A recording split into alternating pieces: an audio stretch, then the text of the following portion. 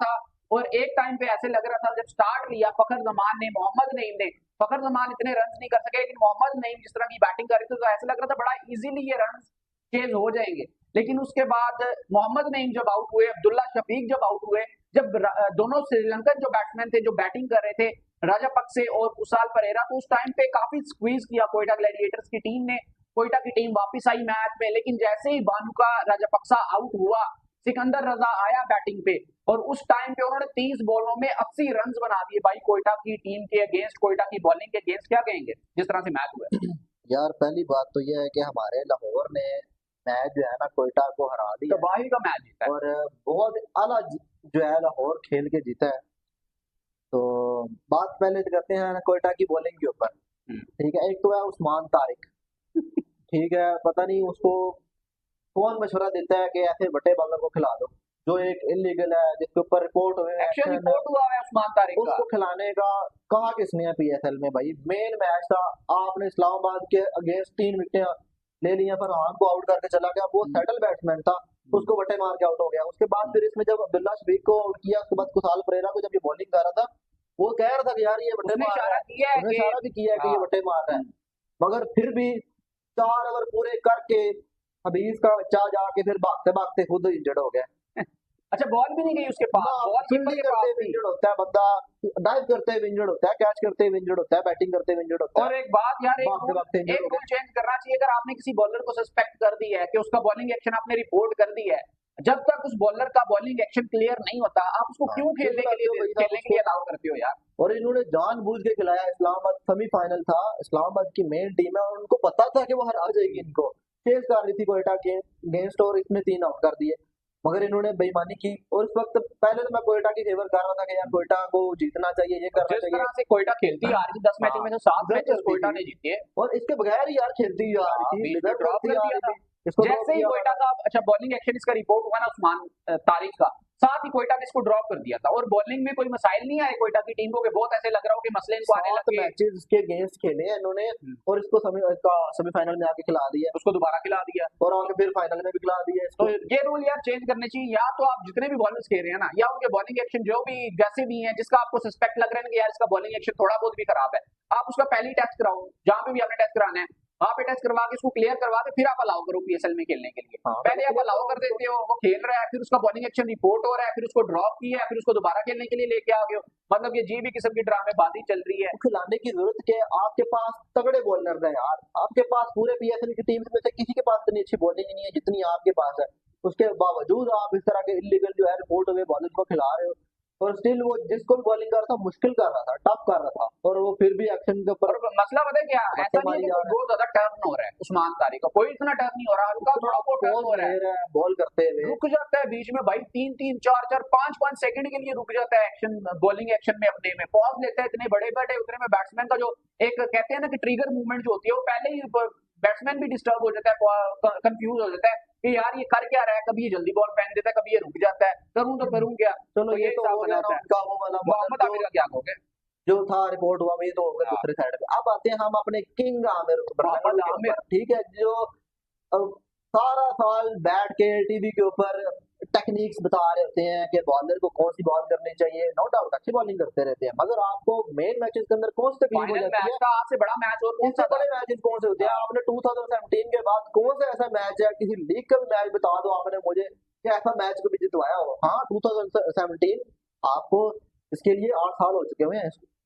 8 साल पहले आप जवान थे, आप पीक में थे, आपकी बॉल के अंदर पेस थी, पेस थी, स्विंग भी था। कौन सी पेस है भाई? तो अभी फिर आप अपना फिटनेस भी है ना, अपनी फिर ईगो है, आप उसको थोड़ा लो करो, ठीक है। आप इस काबिल नहीं रहे हो कि आप जो भी यंगस्टर आता है उसको आके स्लैच करने लग जाते हो। कभी मोहम्मद नईम आज भी कोशिश की, अच्छा मोहम्मद नईम और फखर जमान के अगेंस्ट भी स्लैच करने की कोशिश कर रहा था, लेकिन उसके बाद जो सॉफ्टवेयर अपडेट किया है भाई सिकंदर रजा ने, और मैं तो हैरान हूँ कि सिकंदर रजा ने, मतलब कि जो सिकंदर रजा को लेट भेजा है मेरे ख्याल से शाहीन शाह अफरीदी ने, अगर कहीं वो थोड़ा सा पहले बॉलिंग भी बात करते हैं। खैर मोहम्मद आमिर ने 4 ओवर में 41 रन खाए, पहले 3 ओवर कुछ हद तक बेहतर थे। आउट किया वो भी मेन विकेट नहीं थी यार, राजापक्से को आउट किया है, और हाँ जो कोयटा की टीम मैच हारी है ना, वो जब राजापक्से आउट हुआ है ना, कोयटा हारी उधर ही है। उधर ही आ रही है। अगर राजापक्से आउट ना होता, कोयटा की टीम ये मैच नहीं हारी। 16 बॉलें खेल के गया राजापक्से और 14 रन 14 स्कोर बनाए वो आउट होता गया है। मोहम्मद आमिर तो खुद को कोस रहा होगा कि मैंने इसको आउट क्यों कर दिया। 30 बालों पे 80 स्कोर चाहिए, ठीक है, और आपके पास बॉलिंग में वो बना के खुरम है, मोहम्मद आमिर है, और वो भी है, वहीम वटेरा अशरफ है, वो भी था, अबरार अहमद, ठीक है, अबरार अहमद है आपके पास। 5 ओवर थे, ऐसा ही उसके बावजूद स्कोर बन जाता है। फिर तो- कहाँ के किंग आमिर है भाई, आप बोलो ना सारे। मेन मैच था, यहाँ पे रोकना चाहिए था ना उसको, नहीं रोक पाया। इसका मतलब है भाई आप इसको इंटरनेशनल में नहीं लेके जा सकते, आपको इंटरनेशनल में वो तो हराने वाला भी यही था। वैसे भी उसका रिटायर हुआ सारे है। बाबर को कोसते रहे हैं, कोसते रहे हैं, ये आपने देखा ही नहीं आपको और- हराने वाले कौन कौन थे। और आप ये चीज का अंदाजा लगाओ कि हम हर बार ना बैट्समैनों को ब्लेम करते हैं। हर दफा 30 बॉलों में 80 रन चाहिए कोयटा की टीम के डिफेंड करने थे, और बॉलर्स ने 30 बॉलों में 80 रन खा लिए। 3 ओवर में 50 रन चाहिए थे कोयटा ने जो डिफेंड करने थे। 18 बॉलों में 47 या 48 रन कोयटा ने नहीं डिफेंड किए। लाहौर में भी कराची के अगेंस्ट ऐसा ही मैच आ रहा था, 18 बॉलों में 48 रन चाहिए थे। शाहीन को और हारिस रऊफ की पिटाई हो गई थी। 2022 के T20 वर्ल्ड कप में पाकिस्तान ने इंडिया के अगेंस्ट 18 बॉल्स में 48 रन डिफेंड करने थे, पाकिस्तान से नहीं डिफेंड हुए थे। तब भी हारिस रऊफ बॉलिंग कर रहा था, मोहम्मद नवाज था, नसीम शाह था, यही लोग थे ना, तब भी डिफेंड नहीं हुए थे।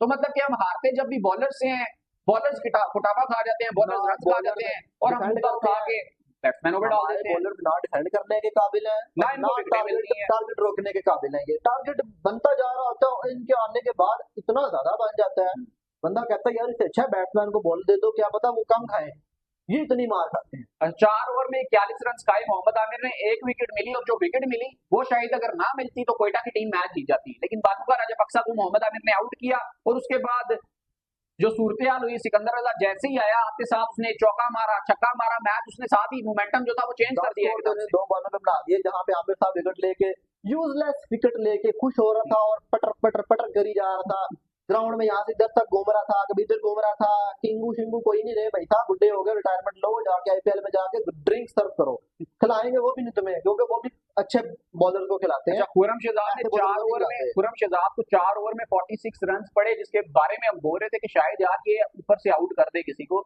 लेकिन पहले ओवर में 10 रन लगे, उसके बाद 2-3 ओवर के बाद दोबारा लेके आए, जब तक दूसरा ओवर दोबारा करने के लिए आया तब तक स्विंग ही उड़ गया। और उसके बाद स्विंग जब नहीं मिल रहा था तो पेस खुरम शहजाद के पास इतना नहीं है कि वो बैट्समैन को डिस्टर्ब कर सके। वो चीज हमें आज नजर आई। खुरम शहजाद 4 ओवर्स में 46 रन खुरम शहजाद को पड़े। फहीम अशरफ ने 3.5 ओवर्स में 50 रन पड़े फहीम अशरफ को आज के मैच में, 49 रन, तकरीबन 50 रन, 1 विकेट इनको भी मिली। सिर्फ एक अबरार अहमद था आज के मैच में, जिसकी जो इकोनॉमी रेट थी वो 200 प्लस रन का जो टारगेट है वो चेज कर रही है सामने वाली टीम। उसके बावजूद आपकी टीम में एक ऐसा बॉलर है जिसकी इकोनॉमी रेट 7 की भी नहीं है। 4 ओवर में 27 रन दिए हैं अबरार अहमद ने, 1 विकेट के नुकसान पे 6.75 इकोनॉमी रेट। और इसमें भी जो चौथा ओवर था ना उसमें 12 रन लगे अबरार अहमद को। 3 ओवर में अबरार अहमद ने 15 रन दिए हुए थे। मतलब कि इतनी कमाल की अबरार अहमद बॉलिंग कर रहा है, और पावर प्ले में 1 ओवर कर देता है, 2 ओवर कर देता है आगे। अबरार अहमद select है ना हमारे साथ ये। हाँ, पाकिस्तान के स्क्वाड में अगेंस्ट बांग्लादेश अबरार अहमद को सिलेक्ट किया हुआ है। लेकिन यार अब देखो यही है, देखना यही है कि आप एटलीस्ट उसको चांसेस दो। हाँ, एटलीस्ट उसको चांसेस दो। अब ये नहीं है जब आप खेल रहा है तो एक स्पिनर ने खेलना है, अबरार को बाहर बिठा दो। जब इस तरह के बैट्समैनों की या बॉलर्स की फॉर्म लगी होती है, जैसे साहबजादा फरहान हो गया, अबरार अहमद हो गया, ऐसे प्लेयर्स जिनकी फॉर्म, अभी हसन नवाज की बहुत तगड़ी फॉर्म लगी हुई, इनको तो यार इनकी फॉर्म से कैश इन करना चाहिए। इनसे तो फायदा जितना आप उठा सकते हो उतना फायदा उठाना चाहिए। ऐसे प्लेयर्स होते हैं इनको तो फौरन खिलाना चाहिए। लेकिन हम क्या करते हैं, जब ऐसे जो प्लेयर्स होते हैं जो इतने रेड हॉट फॉर्म में चल रहे होते हैं, हम उनको 2-2, 3-3, 4-4 सीरीज बेंच पे बिठाई रखते हैं। उसके बाद उनको जब लेके आते हैं उनकी फॉर्म बेचारों की गायब हो जाती है। चुकी है होती है। और दूसरी बात ये होती है कि जब वो आते हैं इंटरनेशनल में, फिर वो अपनी जगह पक्की करने के चक्करों में अपनी रियल वाली जो होती है फॉर्म, नेचुरल गेम ही भूल जाते हैं, उनको पता ही नहीं चलता। हसन नवाज उनमें से एक एग्जांपल है, ऐसा ही है, इंटरनेशनल में सिलेक्ट हुआ है, उस परफॉर्मेंस बेस पे नहीं हुआ था, बट स्टिल उसको देखो, उसकी जो नेचुरल गेम थी ना वो वापस आ गया पीएसएल के अंदर। और उसको बोला क्या था यार, न्यूजीलैंड के अगेंस्ट जब पाकिस्तान की टीम का जब सिलेक्शन की गई तब बड़ा हवा मचाया गया कि हमने अपना जो ब्रांड है, जो मॉडर्न डे क्रिकेट है, हमने वो अडॉप्ट करनी है, हमने वो खेलनी है, हमने जो अपना स्टाइल है क्रिकेट खेलने का वो बदलना है। और इन सारे जितने यंगस्टर सिलेक्ट हुए थे, हसन नवाज हो गया, जो भी सिलेक्ट हुए थे, सारों को बोला गया था कि जाओ और जाके टुल्ले मारने शुरू कर दो। मुंह आपका इधर हो, पैर आपका इधर हो, टांगे इधर जा रही हैं, हाथ इधर जा रहे हैं, बैट उधर जा रहा है, शॉट उधर जा रही है, मतलब ये किसी को कुछ पता नहीं था। हसन नवाज ने न्यूजीलैंड के गेम जो शो किया वो देख के नजर आ रहा था कि भाई ये मारता उधर है, जाती इधर है, मारता उधर है, जाती इधर है, कोई एक ठीक है। प्रॉपर शॉट नहीं उसके थी। बाद वो पीएसएल में आया, उसने इंप्रूव किया, जाहिर सी बात है, जितना मीडिया पे शोर मचा हुआ था ना कि टुल्ला है, वंस फ्लूक हो गया, वो हसन नवाज ने भी देखा होगा। तो बिल्कुल हसन हर बंदा नवाज है ने हाँ। खुद को जब देखा होगा ना कि यार ये तो मेरा शो करने के बाद भी मतलब कि जो मुझे इनाम मिलना चाहिए, जो मुझे अप्रिसिएशन मिलनी चाहिए वो तो नहीं मिल रही, तो उसने खुद के ऊपर काम किया होगा, इंप्रूव किया होगा और अपनी गेम उसने बदली। उसने स्टार्ट में थोड़ा सा वो टाइम लेता है, लेकिन उसके पास पावर हिटिंग एबिलिटी इतनी तगड़ी है, स्पिनर्स हो, फास्ट बॉलर्स हो, खड़े खड़े भाई 90 मीटर के छक्के मार रहा है और बहुत एक्साइटिंग यंग टैलेंट है। अगर इसी तरह परफॉर्म करता है पाकिस्तान की टी20 टीम में जाके इंटरनेशनल स्टेज पे कंसिस्टेंटली इसी तरह परफॉर्म करने में कामयाब होता है तो बहुत अच्छा सर्व करने वाला है हसन नवाज। लाहौर कलंदर्स के बैट्समैनों की तरफ चलते हैं। फखर जमान ने 11 रन किए आज के मैच में, 10 बॉलों में 2 चौके लगे। बड़े मैच का प्लेयर फखर जमान को कहा जाता है। आउट किया इनको अबरार अहमद ने, लेकिन मेरे ख्याल से जो एक इनकी इंजरी जो अभी हुई ना, एक जो थी ना इसकी लेफ्ट हैंड की जो फिंगर थी ना, फिंगर पे जो बहुत लगा, ब्लड निकला, ब्लीडिंग हुई थी उसकी, उसकी वजह से ये जब इसने पहला चौका मारा था ना आमिर को पहली बॉल पे निकल उसी गया, में हाथ छूट गया था, उसी में हाथ छूट गया था बल्ले से और पता चल गया था इसकी ग्रिप सही हो नहीं थी बल्ले की। उसके बट बाद कोई नहीं यार, उसने बड़े मैचेस फिर जितवाए रन भी इतने ज्यादा, और जो हम बात कर रहे थे कि 200 प्लस रन है, फखर जमान हो गया, मोहम्मद नईम हो गया, ये ऐसे बैटर हैं, एग्रेसिव बैटर हैं, इन्होंने चांस लेना ही लेना है। तो चांस लेने में यार जब आप इतनी मतलब कि एग्रेसिव क्रिकेट खेलते हो ना, फिर आपके लिए एक रिस्क फैक्टर तो रहता ही है कि आप आउट हो सकते हो, और वही हुआ फखर जमान के साथ। एलबीडब्ल्यू आउट किया अबरार अहमद ने 11 रन बना के, फखर जमान आउट हुए। मोहम्मद नईम ने जो इनिंग्स खेली भाई 46 रन की, 27 बॉल्स पे 6 छक्के मारे, चौका एक ही मारा है, लेकिन 6 छक्के और बड़े दासू छक्के मारे, लंबे छक्के मारे। 170 के स्ट्राइक रेट से मोहम्मद नईम ने बैटिंग की है, और जिस हिसाब से मोहम्मद नईम बैटिंग कर रहा है, अभी तो ये हाफ पीएसएल गुजर गया था, उसके बाद मोहम्मद नईम के बैट से रन आने हुए और आने शुरू हुए हैं, और जिस तरह से ये बैटिंग कर रहा है ना, छक्के मार रहा है, चौके मार रहा है, जिस इंटेंट के साथ बैटिंग कर रहा है, अगर कहीं मोहम्मद नईम पहले या दूसरे मैच से इस तरह रन करने शुरू कर देता ना, तो ये सरप्राइज नहीं था कि मोहम्मद नईम का नाम पाकिस्तान की टी20 टीम में आ जाता अगेंस्ट बांग्लादेश। जब ये स्क्वाड हुआ था ना अनाउंस, उसके बाद इसकी परफॉर्म जो है ना, उससे 2 मैच पहले इसने रन किए हैं, 1-2 मैच पहले, लेकिन काफी लेट हो गया हुआ था। उससे पहले प्लेयर्स पिक कर लिए गए थे, बस नामों पे गौर किया जा रहा था कि यार यही प्लेयर्स रखने हैं, ये एक आधा चेंज करना है, देखो हमें पता है अच्छा खेलता शुरू से, उसको आप ड्रॉप नहीं कर सकते, मगर इसको आप 15 के स्क्वाड में जरूर लेके जा सकते हो। इसको अच्छा मोहम्मद नईम का मसला पता है कि आप बैटिंग बहुत तगड़ी करता है भाई, जो छक्के मार रहे हैं, मैं कहता हूँ पाकिस्तान की टी20 टीम में इस तरह का प्लेयर होना ही चाहिए। मोहम्मद नईम हो गया, साहबजादा फरहान हो गया, हसन नवाज हो गया, फखर जमान, साइम अयूब, ये इस तरह के बैटर्स हैं कि ये पाकिस्तान की टी20 टीम से ये बाहर होने बनते ही नहीं है। और जो बातें की जाती है ना बाबर आजम और मोहम्मद रिजवान का टाइम खत्म, तो अगर तो इस तरह के प्लेयर्स आते हैं और ये परफॉर्म करते हैं तो ये बात सच होती हुई हमें दिखाई दे सकती है। टी20 में अगर ऐसे प्लेयर्स आके परफॉर्म कर रहे हैं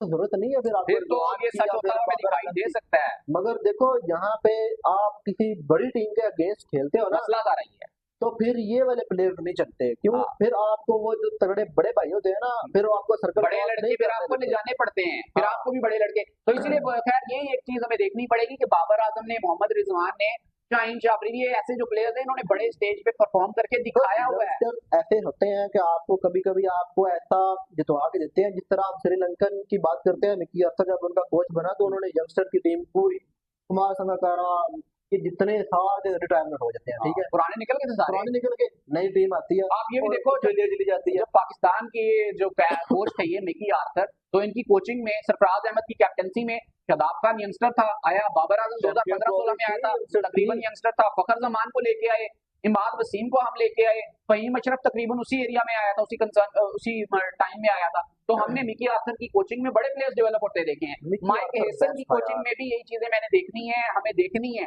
कि माइक हेसन भी ऐसी प्लेयर्स को डेवलप करे। लेकिन माइक हेसन की जो एक स्टेटमेंट आई ना इतनी कंट्रोवर्शियल थी कि उन्होंने पहले जो टीम सिलेक्ट की उसके बाद उन्होंने कहा कि यार मैं जो पाकिस्तान की टी20 टीम है ना, इनकी अप्रोच बदलना चाहता हूँ, इनका स्टाइल जो खेलने का मैं वो बदलना चाहता हूँ। एक तरफ उन्होंने ये बोला, दूसरी तरफ उन्होंने हुसैन तलत को भी पिक कर लिया, तो हुसैन तलत कोई 200 टीम में पिक हुआ हुआ है हुसैन तलत, और एक साइड पे वो बोल रहे हैं कि पाकिस्तान की टी20 टीम का हमने अप्रोच चेंज करनी है। तो हुसैन तलत को आपने जो टीम में पिक किया, क्या हुसैन तलत बजूके मारता है, क्या मिसाइल मारता है? हुसैन तलत को भी यकीन नहीं होगा कि वो भी पिक हो सकता है। और एक साइड पे आप ये भी बात कर रहे हो कि अप्रोच बदलनी है, उसके बाद आप ये भी बात कर रहे हो कि पाकिस्तान की टी20 की टीम जो सिलेक्ट होती रही है पास में, वो सिर्फ नामों पे सिलेक्ट होती रही है। बाबर आजम हो गया, रिजवान हो गया, शाहीन शाह अफरीदी हो गया, जो भी हो गए बड़े बड़े नाम, ये सिर्फ नाम आते हैं ना नामों पे फाइनल तक जितवाते आए हैं, ये आप बड़े बड़े नाम ले रहे सिर्फ नामों पे सिलेक्ट होते रहे। अब हम वो प्लेयर्स पिक करेंगे जो परफॉर्म करके दिखाएंगे। अब हम सारे प्लेयर्स को रोल डिफाइन करेंगे और हमें पता होगा कि इस प्लेयर में अगर ये रोल प्ले करने का पोटेंशियल है तब हम इस प्लेयर को पिक करेंगे। तो एक साइड पे ये कहते हैं जी माइक हेसन और दूसरी साइड पे नसीम शाह को पिक कर लेते हैं। तो नसीम शाह को क्या अपने नाम पे पिक नहीं किया?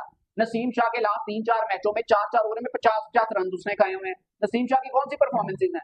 तो ये एक बड़ा डुप्लीकेट सा कह लो कि डबल स्टैंडर्ड का डिप्लोमेटिक सा इन्होंने स्टेटमेंट दिया है, जिसकी वजह से मुझे तो लगता है इतने कोई अच्छे आसार नजर नहीं आ रहे माइक हेसन सिफारशी की तरफ भर्ती से। करेगा, सिफारशी हाँ। लेके जाएगा। इसने मेरे ख्याल में हसैन तलत का ना इंटरनेशनल कैरियर देखा नहीं है, हमने देखा हुआ है उसका, उसको भी अपना नहीं याद होगा, वो याद रखना भी नहीं चाहेगा। हुसैन ये तलत पता नहीं यार मेरे ख्याल में एक मैच के अंदर इसने जो 70 मारे हैं उसके बाद उसके ऊपर इसको सेलेक्ट कर लिया है। ओडीआई में रखते ना, मैं कहता यार फिर भी चलो कुछ हद तक समझ आती है। T20 में एक साइड पे आप कह रहे हो कि हमने भाई अपनी स्टाइल चेंज करना है, दूसरी साइड पे हुसैन तलत को पिक करी जा रहे हो। एक साइड पे कह रहे हो हमने परफॉर्मेंसेस पे प्लेयर पिक करने हैं, नामों पे पिक नहीं करने, दूसरी साइड पे आप नसीम शाह को पिक करी जा रहे हो। तो ये बातें कुछ समझ में नहीं आ रही। सुफियान मुकीम को आपने बाहर कर दिया परफॉर्मेंस करने के बावजूद, अब्बास अफरीदी को आपने सिलेक्ट नहीं किया, पता नहीं क्या तो मतलब कि ये बड़ी ज्यादती है। सुफियान मुकीम के साथ बहुत ज्यादती की जा रही है। उसके साथ ज्यादती करने वाला शादाब अहमद है। शादाब खान अगर वाइस तक ये कैप्टन। नहीं बाहर निकलेगा ना तब तक उसकी और जगह यार नहीं मुझे एक बात समझ नहीं आई कि बांग्लादेश की T20 टीम आ रही थी ना, कोई ऑस्ट्रेलिया की टीम तो नहीं आ रही थी ना। जब आपने बाबर को ड्रॉप कर दिया, जब आपने रिजवान को ड्रॉप कर दिया, जब आपने शाहीन शाह अफरीदी को ड्रॉप कर दिया, तो क्या शादाब बाहर नहीं बैठ सकता था?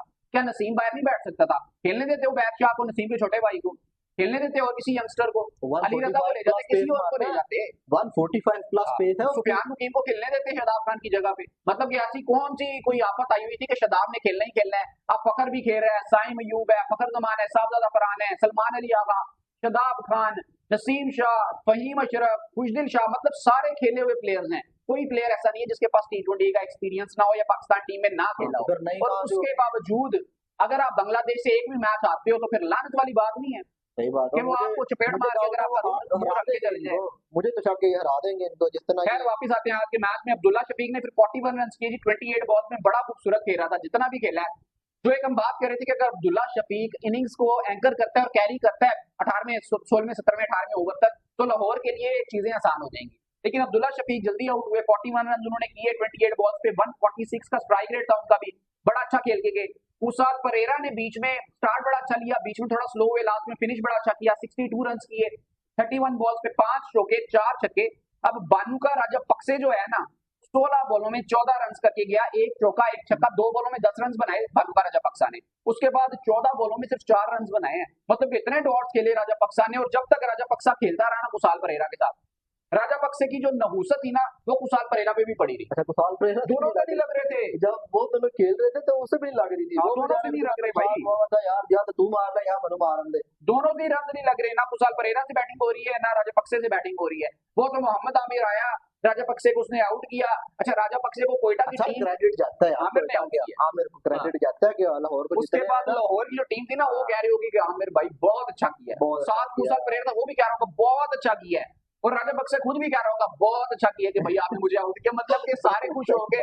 आमिर थोड़ी देर के लिए तो खुश हुआ आउट करने के बाद, लेकिन जैसे ही सिकंदर रजा आया, पहली में चौका, दूसरी में छक्का, साथ ही आमिर कह रहा होगा यार ये तो मैं आउट करके खुद पे मतलब कि अपने पाँव पे खुद ही कुल्हाड़ी मार ली है। उसके बाद सिकंदर रजा ने 22 रन किए, आगे 7 बॉलों में 2 चौके लगाए, 2 छक्के लगाए।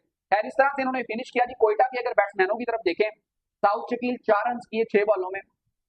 अच्छा हम बात करते हैं कि पाकिस्तान T20 टीम में ज्यादती होती है। अब देखो साउथ शकील कैप्टन है कोयटा की टीम का, ओपनर आ जाता है, पूरे पीएसएल में इसका स्ट्राइक रेट उठा के देख लो, मेरे ख्याल से 130 का स्ट्राइक रेट भी नहीं है। पहला मैच था जो 130 का स्ट्राइक रेट भी नहीं है साउथ शकील का। और ख्वाजा नाफे बाहर बैठा हुआ है, तकरीबन पूरे 200 प्लस के स्ट्राइक रेट से मेरे ख्याल से बैटिंग करके गया। वो लास्ट मैच में जो उसने खेला है 50 रन उसने किए 21-22 से 23 बॉलों में, 56 रन किया, 54 रन की उन्होंने इनिंग्स खेली। उसके बाद फिन एलन आ गया था तो ख्वाजा नाफे को बाहर बिठा दिया। अब साउथ शकील के अंडर कोयटा ग्लैडिएटर की टीम खेल रही है, साउथ शकील खुद ओपन करने आ जाते हैं, परफॉर्मेंस उनकी है नहीं, और बातें हो रही हैं जी साउथ शकील हमें कैप्टन मिल गया चाहिए, बहुत तगड़ा कैप्टन। कैप्टन ने क्या करना है भाई, उसके पास टीम ही तगड़ी है, बॉलर्स उसके पास सारे तगड़े हैं। अगर इतना ही अच्छा कैप्टन था तो 30 बॉलों में ऐसे क्यों नहीं डिफेंड हुए?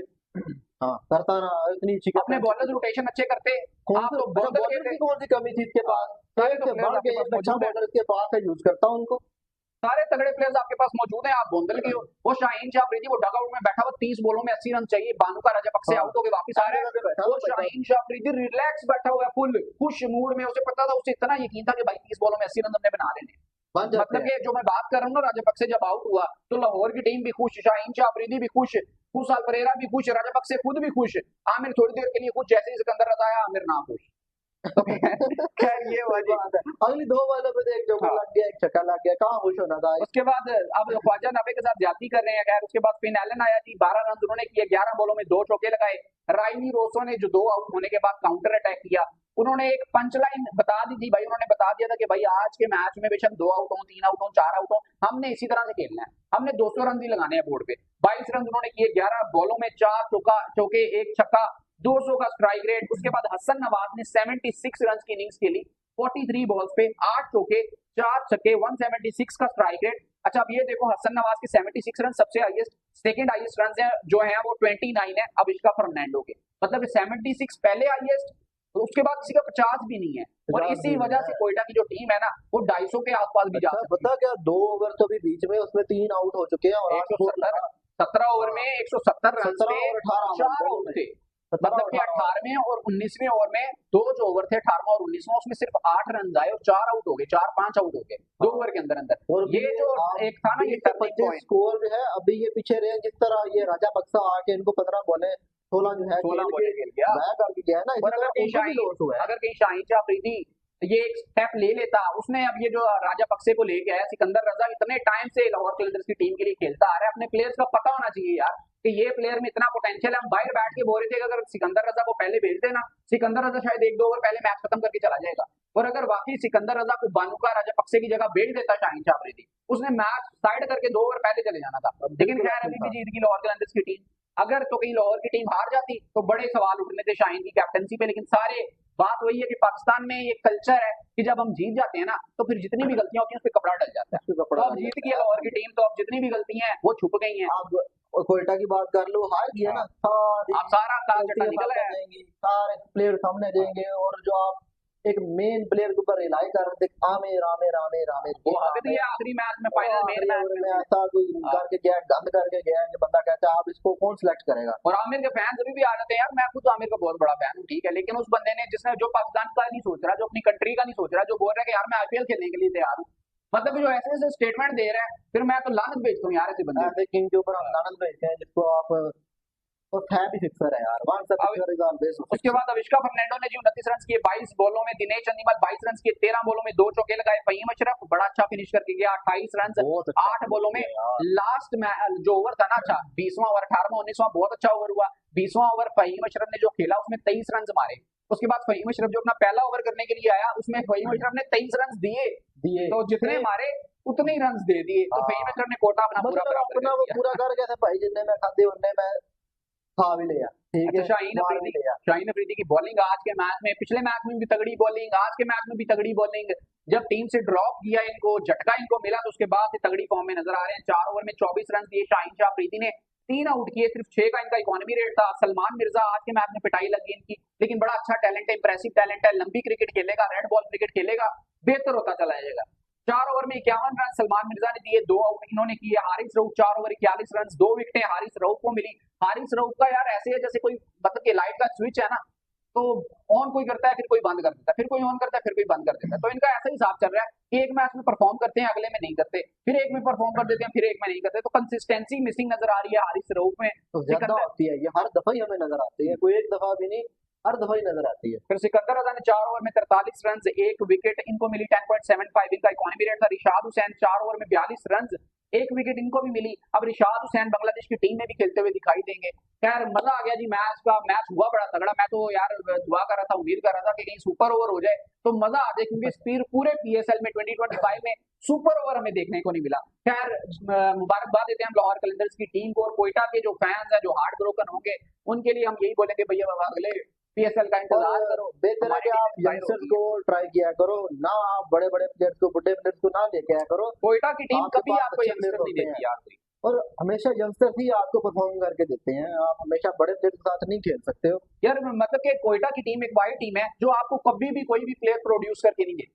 लाहौर कलंदर्स की टीम को देख लो, हर सीजन में आपको एक आधा प्लेयर, दो प्लेयर दे के चली जाती है। अब सलमान मिर्जा नजर आ गया, पिशावर जलमी की टीम में देख लो अली रजा नजर आ गया, कोयटा की टीम में मोहम्मद निशान बैठा हुआ था अंडर 19 का जो फास्ट बॉलर है। क्यों नहीं खिलाया यार? एक मैच नहीं खिलाया आपने, 10 मैचों में 7 मैच आप जीते हुए, टेबल में आपने टॉप किया पॉइंट्स टेबल में। कौन आप सा 2 प्लेयर? मैचेस मोहम्मद निशान उबैद शाह के साथ खेलता था, फास्ट बॉलर अंडर 19, वो कोयटा ग्लैडिएटर्स के स्क्वाड में मौजूद है, स्क्वाड में मौजूद है। अच्छा पिक कर लेते हैं ये यंगस्टर्स जितने भी होते हैं अंडर 19 के, उठा लेते हैं, उठा के आप बेंच पे बिठा देते हैं उनको, पेशावर को देते वो खिला देते, वो खिला देते। अली रजा को उन्होंने खिलाया वो मां सदाकत, दो इमर्जिंग प्लेयर्स पिशावर जल्मी की टीम ने खिलाए हुए हैं। और जो बोल रहे हैं ना जावेद अफरीदी कि हमने दो प्लेयर्स दिए हैं, भाई वो वाकई सही बोल रहा है। मां सदाकत में टैलेंट नजर आया है, अली रजा में टैलेंट नजर आया है, रेड बॉल खेलेंगे, लंबी क्रिकेट खेलेंगे, सिर्फ पॉलिश करने की दे रहे हैं। ये प्लेयर्स तगड़े प्लेयर्स हैं, मार दी थी और साथ आपको 2 आउट करके भी दे दिया, दोनों बहुत तगड़े प्लेयर्स हैं। खैर ये था जी आज के शो में, मुझे उम्मीद है आप लोगों को हमारा शो पसंद आया। अगर आप लोगों को ये वीडियो पसंद आई है तो लाजमी से वीडियो को लाइक करें और शेयर करें अपने दोस्तों के साथ। और अगर आप इस चैनल पे नए आते हैं तो लाजमी से चैनल को सब्सक्राइब किया करें, बाकी बेल आइकन पे क्लिक किया करें ताकि हमारी जो नए आने वाली वीडियोस होती हैं उनकी नोटिफिकेशन आपको मिलती रहा करे। बाकी मिलेंगे आपसे नेक्स्ट शो में, तब तक के लिए हमें इजाजत है। मैं हूं हमजा, ये है हमारा पीस आउट।